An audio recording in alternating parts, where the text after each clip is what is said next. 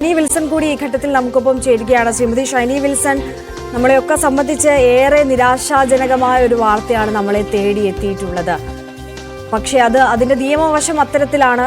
അതിലിനി എന്തെങ്കിലും മാറ്റം വരുമോ, അത്ഭുതങ്ങൾ സംഭവിക്കുമോ എന്നും നമുക്ക് അറിയുകയുമില്ല. പക്ഷേ വലിയ പ്രതീക്ഷയായിരുന്നു നമ്മുടെ രാജ്യത്തെ സംബന്ധിച്ച്. ഇന്ത്യയുടെ ഒരു വനിത ആദ്യമായി ഇത്തരത്തിൽ ഗുസ്തിയിൽ ഫൈനലിലേക്ക് എത്തി. ആ ഒരു സ്വർണ്ണപ്പതക്കം നേടുന്നത് കാത്തിരിക്കുന്ന നമ്മളിലേക്കാണ് ഈ വാർത്ത തേടിയെത്തിയത്. തീർച്ചയായിട്ടും ഞങ്ങളെല്ലാം ഇന്നലെ കണ്ട് സന്തോഷിച്ച് ഇരിക്കുമായിരുന്നു. ഞങ്ങളെല്ലാം ജമ്പ് ചെയ്ത് നമുക്ക് ഭയങ്കര ഫൈനലിൽ വരും, ഒരു ഗോൾഡ് മെഡൽ കിട്ടുമെന്നായിരുന്നു നമ്മളെല്ലാം പ്രതീക്ഷിച്ച്. നമ്മളത് കണ്ടുകൊണ്ട് അത്ര സന്തോഷിച്ചിരിക്കുമായിരുന്നു. ഇപ്പൊ ഇത് വാർത്ത കേട്ടിട്ട് നമുക്ക് തന്നെ എന്നാ പറയുന്ന ഭയങ്കര ഒരു വിഷമം. അത് ഒന്നും പറയാൻ പറ്റുന്നില്ല.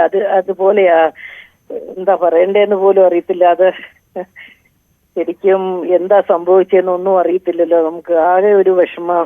ഞങ്ങൾ ഇന്നലെ എന്റെ കുടുംബത്തിലെല്ലാരും ഞങ്ങൾ ഒന്നിച്ചിരുന്ന് ടിവിയോ ഞങ്ങളെല്ലാം ഇവിടെ കിടന്ന് ജമ്പ് ചെയ്ത് അത്ര ആഘോഷമായിരുന്നു. നമ്മളെല്ലാം ഗോൾഡ് തന്നെ കിട്ടുമെന്നാണ് നമ്മൾ പ്രതീക്ഷിച്ചത്. ഇത് കേൾക്കുമ്പോൾ നമുക്ക് എന്നാ പറയുന്നത്, നമുക്കൊന്നും പറയാൻ പറ്റുന്നില്ല. തീർച്ചയായും ഷൈനി വിൽസൺ, എന്തായാലും ഈ നിർഭാഗ്യവശാൽ അത്തരത്തിൽ ഒരു അവസരം നഷ്ടപ്പെട്ടു പോയെങ്കിലും നമുക്ക് വിനേഷ് ഇതുവരെ എത്തി, ഈ ഫൈനൽസ് വരെ എത്തിയിട്ടുള്ള ആ മത്സരങ്ങളിലെ മികവ് അത് എടുത്തു പറയേണ്ട ഒരു ഘട്ടം കൂടിയാണ്. ശരിക്കും വിജയിച്ചു തന്നെയാണ് വിനേഷ് മടങ്ങുന്നത്. സെമി ഫൈനൽസ് അടക്കമുള്ള മത്സരങ്ങൾ നമ്മൾ വിലയിരുത്തിയാൽ അങ്ങനെ തന്നെ പറയണ്ടേ? തീർച്ചയായിട്ടും നമ്മൾ ഗോൾഡ് തന്നെയാണ് പ്രതീക്ഷിച്ചത്. അങ്ങനെ എന്നാ പറയുന്നേ, നമുക്ക് ഒന്നും പറയാൻ പറ്റുന്നില്ല.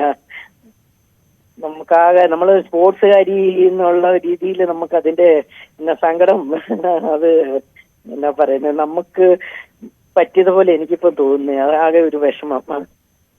ശരി എന്നാ, ഓക്കെ.